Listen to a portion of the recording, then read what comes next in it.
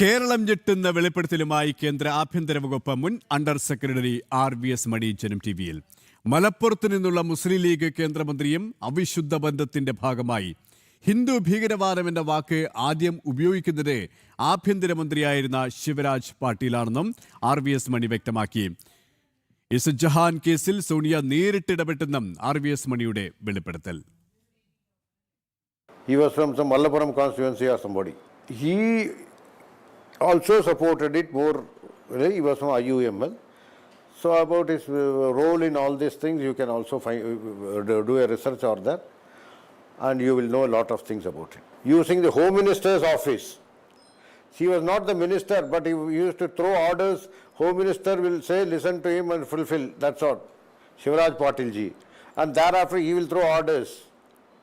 Digvijay Singh ji, and say, find out about Hindu terror, etc. etc. Sonia Gandhi ji, I have already told about the Israt Jahan case, how the IG interrogating me and burning me with cigarette used to kept on saying that my director has promised to take Kali Dadi and Safed Dadi to. So these are all very clear. What else you want? Nobody till date has raised this, talked about them. What were the two Pakistanis illegally living in India doing in that car, and what was Israt Jahan doing with them, or Pranesh Pillai or Javed Mohammad Sheikh was doing with them. So that is the biggest giveaway. And don't make no mistake, we have said because of political reasons it was altered to senior political leaders. Otherwise the original input was to assassinate Narendra Modi ji and Amit Shah ji.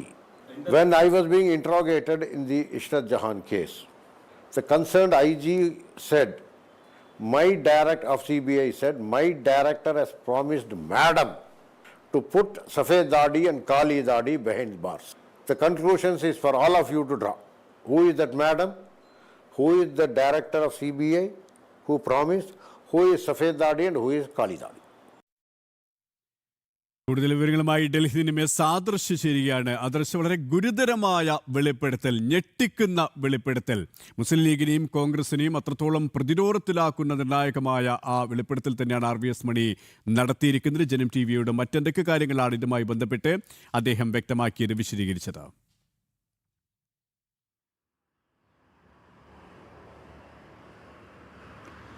Suresh, RVS മണി പറയുന്ന ഏറ്റവും പ്രധാനപ്പെട്ട കാര്യം, അദ്ദേഹം ഒരു മാധ്യമത്തോട് തന്നെ അദ്ദേഹത്തിൻ്റെ ഭാഗത്തു നിന്നുണ്ടാകുന്ന ഈ വെളിപ്പെടുത്തൽ, ആ വെളിപ്പെടുത്തലിൽ അദ്ദേഹം ആദ്യമായാണ് ഇന്ത്യൻ യൂണിയൻ മുസ്ലിം ലീഗിൻ്റെ എതിരെയുള്ള ഒരു പരാമർശം നടത്തുന്നത്. പ്രത്യേകിച്ച് അദ്ദേഹം പേര് പറയാൻ തയ്യാറായില്ല. അതിന് അദ്ദേഹം കാരണമായി പറഞ്ഞത് ആ മുൻ വിദേശകാര്യ സഹമന്ത്രി ഇപ്പോൾ ജീവിച്ചിരിപ്പില്ല എന്നതുകൊണ്ടാണ് പേര് പറയാത്തതെന്നാണ്. എന്തായാലും ഒരു കാര്യം ഉറപ്പാണ്, ഇന്ത്യൻ യൂണിയൻ മുസ്ലിം ലീഗിൻ്റെ നേതാവും മലപ്പുറത്ത് നിന്നുള്ള MP അഹമ്മദിനെ ഉദ്ദേശിച്ചു കൊണ്ടാണ് അദ്ദേഹം ഇത്രയും ഗുരുതരമായ ഒരു വെളിപ്പെടുത്തൽ നടത്തിയിരിക്കുന്നത്. അദ്ദേഹം MOS from Malappuram IUML leader എന്ന അടക്കമുള്ള കാര്യങ്ങൾ പറയുകയും ചെയ്തു. മാത്രമല്ല IS ബന്ധത്തിൻ്റെ പേരിൽ നേരത്തെ തന്നെ നമുക്കറിയാം അദ്ദേഹം നടത്തിയ വെളിപ്പെടുത്തൽ, അതിൽ കോൺഗ്രസും UPA ഭരണകാലവുമൊക്കെ പാകിസ്ഥാൻ ചാരസംഘടനയായ ISIയുമായിട്ടുള്ള ആ ഒരു ബന്ധം, ഈ ISI ബന്ധത്തിലേക്കാണ് ഇപ്പോൾ ഇന്ത്യൻ യൂണിയൻ മുസ്ലിം ലീഗിൻ്റെ നേതാവും വിദേശകാര്യ സഹമന്ത്രിയുമായിരുന്ന അഹമ്മദിൻ്റെ പേര് അദ്ദേഹം പരാമർശിക്കുന്നത്. ആ പേര് പറയാതെ പരോക്ഷമായി മലപ്പുറത്ത് നിന്നുള്ള ഒരു വിദേശകാര്യ സഹമന്ത്രി എന്ന് അദ്ദേഹം പറയുമ്പോൾ അവിടെ ഇന്ത്യൻ യൂണിയൻ മുസ്ലിം ലീഗ് തന്നെയാണ് പ്രതിരോധത്തിലാകുന്നത്. കാരണം പാകിസ്ഥാൻ ചാരസംഘടനയുമായും ഒപ്പം തന്നെ ആ UPA ഭരണകാലത്ത് നടന്ന ഈ ഒരു അവിശുദ്ധ കൂട്ടുകെട്ട്, ആ അവിശുദ്ധ കൂട്ടുകെട്ടിൽ അഹമ്മദിനെ പോലെ ഈ വിദേശകാര്യ സഹമന്ത്രി ആയിരുന്ന ഒരാൾ കൂടി പങ്കാളിയായിരുന്നു എന്നുള്ളത് ഞെട്ടിക്കുന്ന വിവരമാണ്. മാത്രമല്ല അത് അദ്ദേഹം ഒരു മാധ്യമത്തോട് ആദ്യമായിട്ടാണ് വെളിപ്പെടുത്തുന്നത് എന്നുള്ളതും ഇതിൻ്റെ ഗൗരവം വർദ്ധിപ്പിക്കുന്നു. എന്തായാലും കേരളത്തെ സംബന്ധിച്ചിടത്തോളം ഏറെ ഞെട്ടിപ്പിക്കുന്ന ഒരു വെളിപ്പെടുത്തൽ തന്നെയാണ് ആഭ്യന്തര മന്ത്രാലയത്തിലെ മുൻ അണ്ടർ സെക്രട്ടറി ആയിരുന്ന RVS മണിയുടെ ഭാഗത്തു നിന്നുണ്ടായിരിക്കുന്നത്.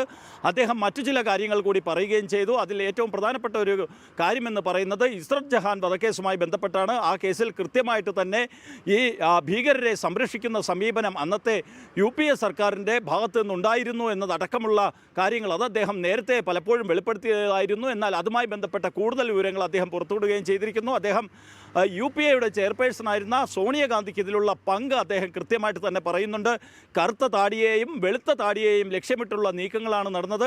ആ നീക്കങ്ങൾക്കൊക്കെ നിർദ്ദേശവുമായി മേഡം ഉണ്ടായിരുന്നു എന്നതടക്കം ഒരു ഉന്നത ഉദ്യോഗസ്ഥൻ അദ്ദേഹത്തോട് പറഞ്ഞു എന്ന് അദ്ദേഹം പറയുകയും ചെയ്യുന്നുണ്ട്. ആ ഉന്നത ഉദ്യോഗസ്ഥൻ നടത്തിയ വെളിപ്പെടുത്തലിൽ പറയുന്ന മേഡം എന്ന് പറയുന്നത് UPA ചെയർപേഴ്സൺ ആയിരുന്ന സോണിയാഗാന്ധിയാണ്. ഒപ്പം തന്നെ ഈ കറുത്ത താടിയും വെളുത്ത താടിയും എന്ന് പറയുന്നത് അന്ന് ഗുജറാത്ത് മുഖ്യമന്ത്രിയായിരുന്ന നരേന്ദ്രമോദിയും ഗുജറാത്തിലെ ആഭ്യന്തരമന്ത്രിയുമായിരുന്ന അമിത്ഷായുമാണ് എന്നുള്ളതൊക്കെ തന്നെ അദ്ദേഹം നടത്തുന്ന ഈ വെളിപ്പെടുത്തലിലുണ്ട്. ഈ നരേന്ദ്രമോദിയെയും അമിത്ഷായെയും അഴിക്കുള്ളിൽ അടയ്ക്കുക എന്നുള്ള ഒരു ലക്ഷ്യത്തോടു കൂടിയാണ് സോണിയയുടെ നിർദ്ദേശപ്രകാരം അന്ന് ഈ ഇസ്രത് ജഹാൻ വധവുമായി ബന്ധപ്പെട്ട് ചില ഗൂഢാലോചനകൾ നടന്നത്. അവർ ഭീകരരായിരുന്നു, അവരുടെ ലക്ഷ്യം മോദിയെയും അമിത്ഷായെയും വധിക്കുക എന്നതായിരുന്നു എന്നതടക്കമുള്ള കാര്യങ്ങൾ അദ്ദേഹം വിളിച്ചു പറയുന്നുണ്ട്.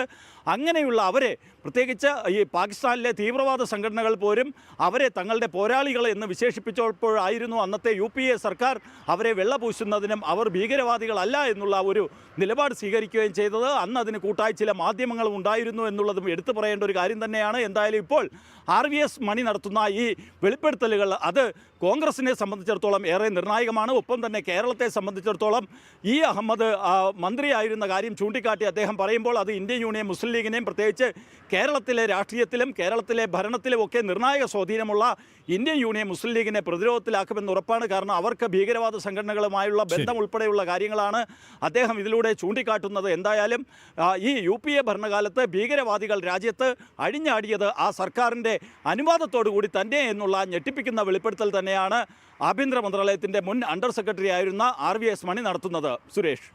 ഡൽഹിയിൽ നിന്നും ആദർശാണ് വിശദാംശങ്ങൾ നൽകിയത്. ഭാരതവും ബ്രിട്ടനും തമ്മിലുള്ള ചരിത്രപരമായ സ്വതന്ത്ര വ്യാപാര കരാർ പ്രാബല്യത്തിൽ. ഭാരതം കയറ്റുമതി ചെയ്യുന്ന ഏകദേശം 99% ഇനങ്ങൾക്കും ബ്രിട്ടൻ തീരുവ ഘട്ടം ഘട്ടമായി ഒഴിവാക്കും. പകരം ബ്രിട്ടനിൽ നിന്നും ഇറക്കുമതി ചെയ്യുന്ന 90% ഉൽപ്പന്നങ്ങളുടെയും തീരുവ ഭാരതം കുറയ്ക്കും. ഭാരത ബ്രിട്ടൻ ബന്ധത്തിലെ നാഴികക്കല്ലാണ് വ്യാപാര കരാർ. 10 വർഷത്തിനുള്ളിൽ ഇതിൽ 85%